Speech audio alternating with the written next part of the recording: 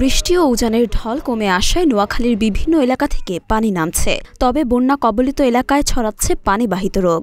250-টিরও বেশি design option নিয়ে Walton smart fridge, বোঝে আপনার প্রয়োজন। চর্মরোগ, ডায়রিয়া, কলেরা সহ নানা রোগে আক্রান্ত হচ্ছে পানিবন্দী মানুষ। সবচেয়ে বেশি ঝুঁকিতে রয়েছে শিশু ও বয়স্করা। এদিকে দুর্গত এলাকায় ত্রাণ না পৌঁছানোয় বাড়ছে ওষুধ ও বিশুদ্ধ পানির সংকট। জানা গেছে, জেলার ৮ উপজেলায় পানিবন্দী আছেন 19,17,000 মানুষ। 1,214টি আশ্রয় কেন্দ্রে ঠাঁই নিয়েছেন 2,21,586 জন মানুষ। জেলায় বন্যায় মৃত্যু হয়েছে 9 জনের। সরকারিভাবে 124 ও বেসরকারিভাবে 16টি মেডিকেল টিম গঠন করা হয়েছে। এ পর্যন্ত 45 লাখ টাকা, 1,718 মেট্রিক টন, 1,000 প্যাকেট শুকনো খাবার, 5 লাখ টাকার শিশু খাদ্য ও 5 লাখ টাকার গোখাদ্য বিতরণ করেছে জেলা প্রশাসন। ঠান্ডা লাগছে, বন্যায় ঘরবাড়ি ডুবে গেছে। অনেক বাচ্চা ঠান্ডা লাগছে, বাচ্চারা অসুস্থ বেশি। বাচ্চারা লই আমরা বাইরে থেকে নেওয়ান হাসপাতালে নিয়ে পড়ালেখা বর্তমানে স্থগিত আছে। এই কি জানি পরীক্ষা বন্ধ। পড়ালেখা করে বা কি লাভ? কেউ তো ঠিকমতো খাওয়া দাওয়া করে বাঁচতেছে না।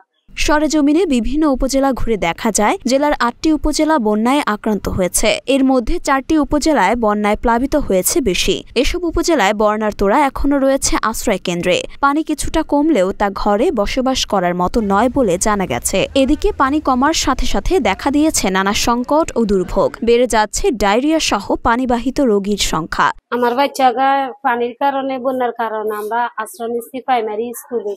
সে পাইবে পড়ে বন্যার কারণে, জ্বর, পানির কারণে একানা দিন ডাক্তারের কাছে কোনো টাকা পয়সা নাই। যে স্কুলগুলোতে আমরা পড়তেছি সেই স্কুলগুলোতে আমরা এখন আশ্রয় নিতে পারছি, কিন্তু আমরা এটা কখনো ভাবি নাই।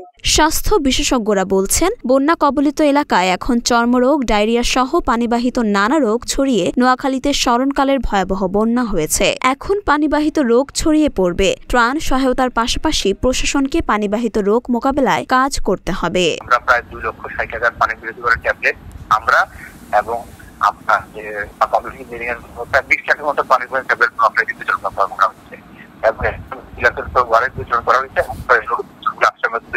আমাদের প্রায় 14টা মেডিকেল কাজ করছে এবং এখন ওরা কাজ করতেছে। আমাদের পাশাপাশি ব্র্যাক এবং অন্যান্য যারা উন্নয়ন সহযোগী এরও আসলে মেডিকেল কাজ করতেছে।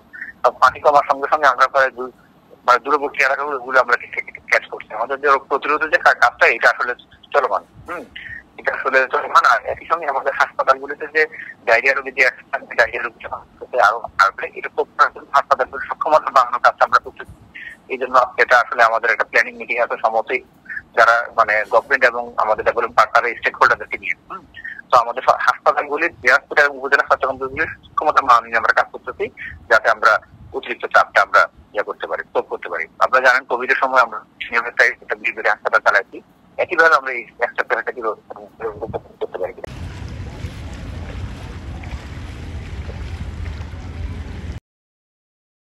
মরিয়ম মিম, ঢাকা পোস্ট।